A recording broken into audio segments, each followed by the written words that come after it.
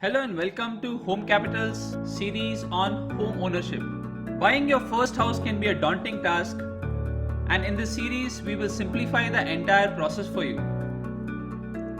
We will cover the entire process from the various factors you must keep in mind before you decide to buying a house, the process that you will go through when you're actually buying a house, and finally, what are your responsibilities as a proud homeowner.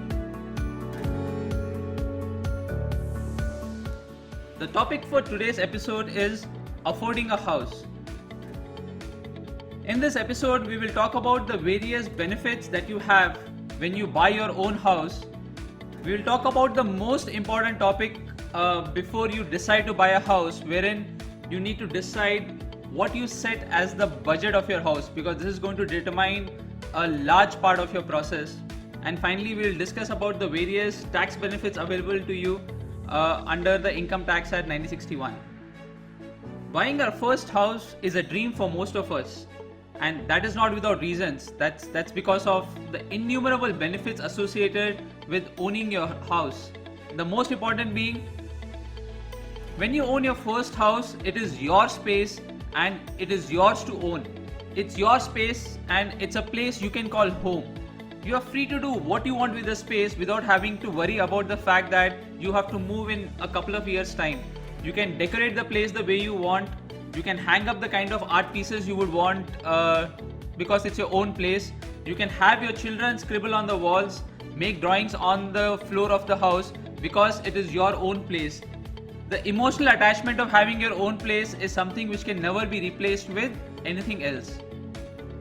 The various tax benefits associated with owning your own house all the more adds to the reasons as to why you should take your first step towards buying your first house. The tax benefits associated with owning your house effectively reduce the cost of ownership of the house, making it all the more sweeter for you to take the first steps towards buying your first home. In addition to that, it has been commonly seen that over a period of time, the value of the house always appreciates, if not in a short span, definitely over a longer period of time, and that actually gives you a lot of stability. It allows you to think about moving to a larger place. It allows you to take a lot of risks in other walks of your life when you're having your own house, which gives you a lot of stability where you are, and the price appreciation only adds to that stability. Apart from that, having your own house also comes with a lot of savings. If you are somebody who likes to go to the gym regularly, if you are somebody who would want to use the spa facilities or the other health creation facilities which are very common to be seen in today's new age apartments, by having your own house you get access to these facilities within your same premises, and you don't have to worry about spending additional money and moving out of your home complex to enjoy these benefits. Over a long period of time, these can result in a good amount of savings for you as an individual. While there are a lot of benefits to owning a house, it does not come without its challenges. The biggest challenge to buying your first house is the price associated with buying the first house. We know that if you're living in any of the metros or tier 1 cities, the cost of buying a house can be pretty daunting, and that itself becomes the first obstacle in buying your first home. The reason being, generally the prices are pretty high, and you would be wondering, how do you go about accumulating the corpus required just to make the down payment of the house? And that itself acts as a hurdle in you taking the first steps towards buying your first house. Given the high price associated with buying a home, it is without fail that you take a home loan to support your dreams or to fulfill your dream of buying a house, because the prices being so high, you definitely would need a support in the form of a home loan so that you can move towards the first step of buying your first home. Given the challenges associated with the high prices of a house, what do you have as an alternative? Alternative is to live on rent, but the question you need to ask yourself is, how long do you plan to live on rent, or how long can you sustain yourself on rent? If you were to do a comparison of buying a house versus renting one, you will find that the pros of buying a house definitely outweigh the pros of renting one. First, buying a house adds a lot of stability to you. When you buy a house, it is a permanent address and it is a place you call your own. it gives you and your next generation a lot of stability. If you were to go back and think of the kind of house your grandparents lived in, and then eventually the kind of house your parents lived in, and the kind of house you aspire to live in, there has been a progression over a period of time.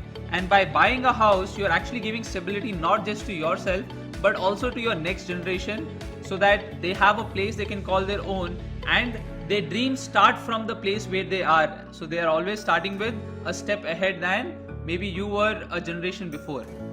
By buying a house on a loan, you are replacing the rent that you pay each month with an EMI, right? But what is the difference between the two? Both result in a cash outflow, but the difference is the EMI is contributing towards converting the house to be your own. It is a return which you get on your investment, whereas a rent is an expense today. It is going to be an expense 10 years hence. It's going to be an expense 30 years later also. So by buying a house, you can convert your rent into an EMI, and at the end of a certain period, the house is yours. The tax benefits associated with buying a house are much more than the tax benefit you would get if you were to rent out a place. The HRA benefits you get by renting a house definitely are much smaller than the benefits you get when you buy your own place. A big benefit associated with buying a house is when you take a home loan where the interest rate is fixed, the EMI that you pay each month is going to remain fixed over the tenure of the loan. The loan can be for 25 years or maybe even 30 years, but the EMI is going to remain fixed. But what happens with your rent? Your rent always increases. It's very common to see in the metro cities, tier 1 cities, the rent escalating between 5 and 7% every year. So you can just imagine the kind of rent you're paying today and the rent you would be shelling out maybe 10 years hence or 20 years hence. But what happens with buying a house is the EMI remains fixed, and at some point of time the EMI is going to go away, right? If your home loan is for a tenure of 20 years or 30 years, at the end of the 20 years, your home loan is finished, the house is yours, and you don't have to pay any more towards that particular house, right? But a rent never goes away. The rent is always going to stay even after you retire. The Home Capital community assists and guides you successfully through your journey of home ownership. Join India's first community of home buyers and homeowners and take your next step towards home ownership.